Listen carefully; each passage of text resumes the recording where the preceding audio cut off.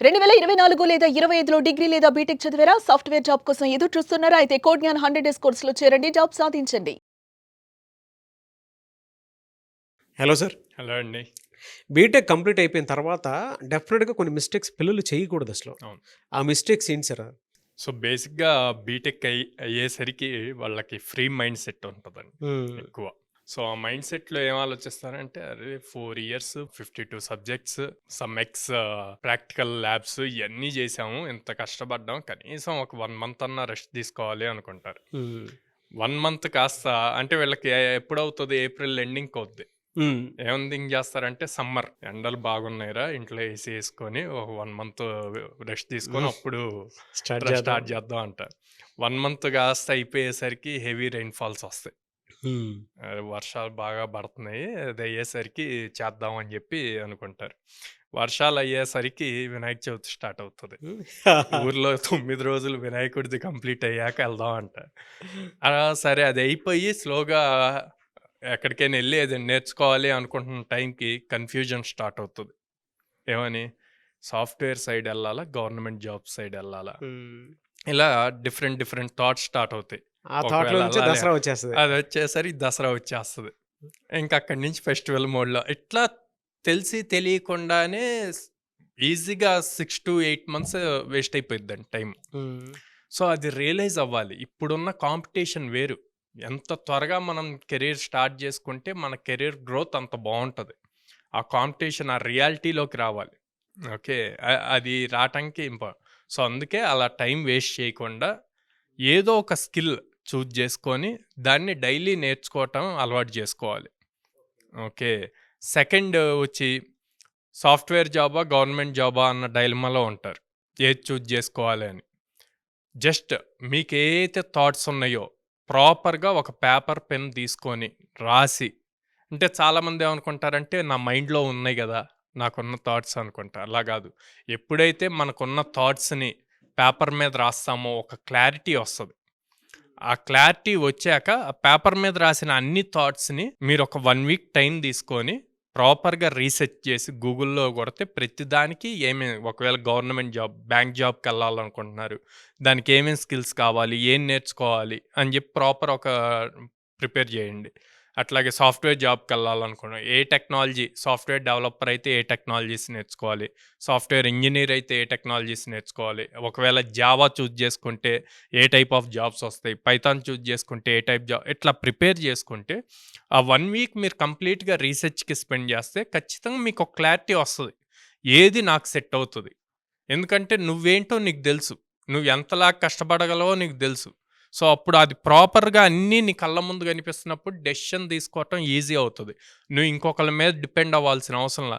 అరే! నా friend some X తీసుకున్నాడు. నేను ఇంకో వై తీసుకోవాలి అని చేయాల్సిన అవసరం లేదు. నీ గురించి నీకు క్లారిటీ ఉండాలి. నీ ఫ్రెండ్ రేపు జాబొస్తది. తనకి సాలరీ వస్తది. ఆ సాలరీ తెచ్చి నీకివ్వడుగా. నీ లైఫ్ నీది. నీ చేతుల్లో ఉంది. సో, పక్కనోళ్ళతో కంపారిజన్ ఒద్దు. నువ్వేం చేయగలవు అన్నది నువ్వు క్లారిటీ తెచ్చుకో ఫస్ట్. అది హై ప్రియారిటీ అండి. ఎక్కువ మంది అక్కడే బాగా కన్‌ఫ్యూజన్ స్టేట్‌లో ఉంటారనమాట. నెక్స్ట్ కాలేజ్ టైమ్‌లో రెజ్యూమ్ చేసుంటారు. సేమ్ రెజ్యూమ్‌ని వీళ్ళు ఏ కంపెనీకెళ్ళినా ఇస్తారు. హ్మ్. ఏం మార్చరు. అప్డేట్ జేయరు. లింక్డ్ఇన్ ప్రొఫైల్ క్రియేట్ జేస్తారు. అందరికుంది మనకు గూడా ఉంది. అట్లా గాదు. ప్రతిరోజు రెజ్యూమ్‌లో మీరు ప్రతిరోజు ఏదో ఒక పాయింట్ నేర్చుకుంటామండి. మనకోటుంది. Learn daily something new 0.1% previous day కన్నా ఇవాళ ఏదో ఒకటి 0.1% కొత్తగా నేర్చుకోవాలి. అలా నేర్చుకుంటూ ఉంటే ఒక ఇయర్ అయ్యేసరికి 37% మీరు ఇంప్రూవ్ అవుతారు. కొత్తయి నేర్చుకున్నట్టు అవుతారు. వాళ్ళ ఫ్రెండ్స్ కన్నా గూడా ఇతను చాలా డిఫరెంట్‌గా ఉంటాడనమాట. అది తెలీదు చాలామందికి. సో, అట్లాగా ప్రతిరోజు ఏదైతే కొత్త స్కిల్ నేర్చుకుంటున్నారో దాన్ని డైలీ అప్డేట్ చేస్తూ ఉండాలి రెజ్యూమ్‌లో. అట్ ద సేమ్ టైమ్ లింక్డ్ఇన్‌లో గూడా ఒక చిన్న 3-4 లైన్స్ ఆర్టికల్ రాస్తూ ఉండాలండి. అది రాస్తూ ఉంటే మీరు కన్సిస్టెంట్‌గా ఏం నేర్చుకుంటున్నారు అన్నదంతా గూడా ఒకే చోట ఉంటది. రేపొద్దున లింక్డ్ఇన్‌లో ఏ హెచ్ఆరో లేపోతే ఏ స్టార్టప్ కంపెనీ సీఈఓనో మీరు రాసిన ఆర్టికల్ వైరల్ అయ్యి, ఆ ఆర్టికల్ జూసి మీరసలేంటి అని ఓపెన్ జేసి చూసినప్పుడు మీరు రాసిన ప్రతిరోజు రాసే పోస్ట్ చూసి ఇంప్రెస్ అయ్యి మీకు జాబ్ ఆపర్చునిటీ ఇయ్యొచ్చు. మీరేమి ఇంటర్వ్యూకెళ్ళకుండానే డైరెక్ట్ మీకు ఇంటర్వ్యూ కాల్ రావచ్చు. సో, ఇట్లాంటియి ఉంటాయి. సో అయన్నీ నెగ్లెక్ట్ చేస్తారా? మనకెందుకు వస్తదిరా? ఐఐటీస్‌కి వస్తది అట్లా అని కాదు.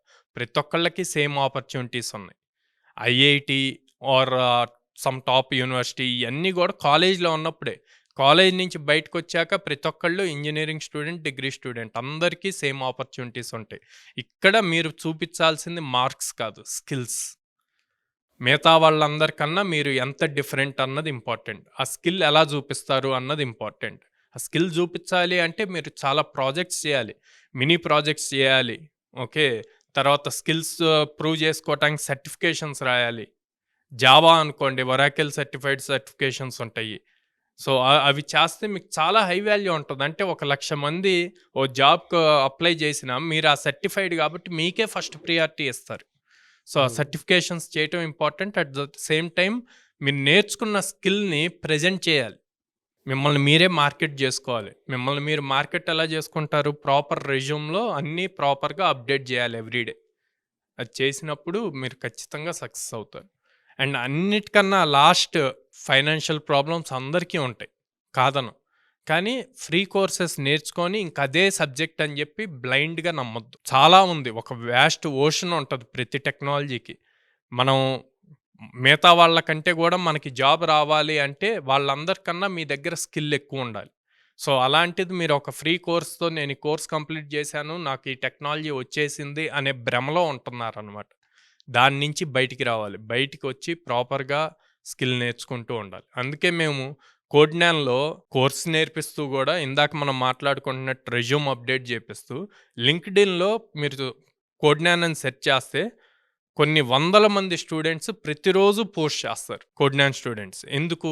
హెచ్ఆర్స్ డైరెక్ట్‌గా ఆ పేజ్ వాళ్ళ ప్రొఫైల్స్ ఏయైనా చూస్తే డైరెక్ట్ అట్లాగా నాకు తెలిసి కనీసం ఒక 25 మెంబర్స్ 8,00,000 ప్యాకేజ్‌తో ప్లేస్ అయ్యారు.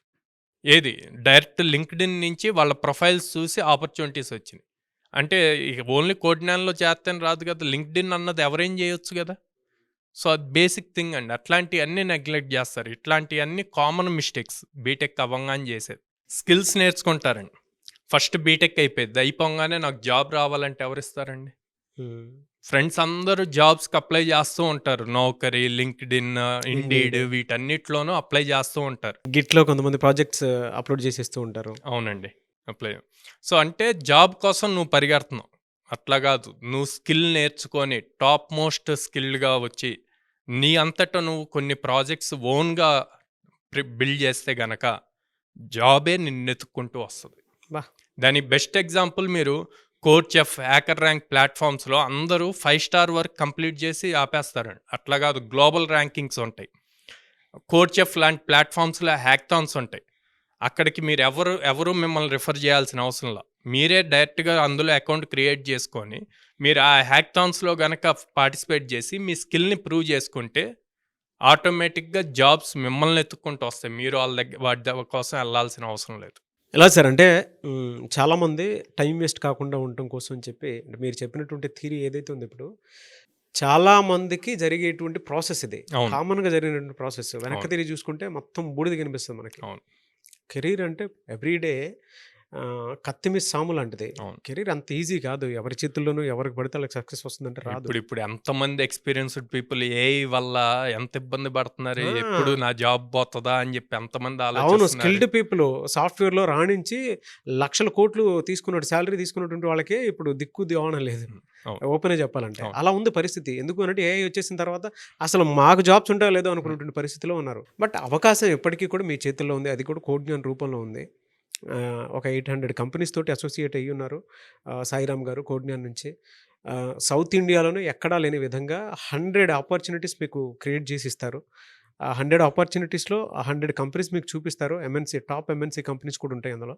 మీరు గనక జాయిన్ అయ్యి, అప్‌స్కిల్ చేసుకొని డెఫినిట్‌గా సక్సెస్ అవ్వాలి, జాబ్ క్రాక్ చేయాలి అనుకుంటే, మీరు వెంటనే సంప్రదించొచ్చు. ఎలా సార్ అంటే ఎన్ని డేస్ ఉంటుంది కోర్సు జనరల్‌గా? 100 డేస్ కోర్స్ ఉంటదండి. Minimum 100 days. 100 డేస్ ఉంటది. హ్మ్. డైలీ 4 అవర్స్ లైవ్ సెషన్ ఉంటది. 2 అవర్స్ ప్రాక్టీస్ సెషన్ ఉంటది. హ్మ్. అండ్ డైలీ ఎగ్జామ్ ఉంటది.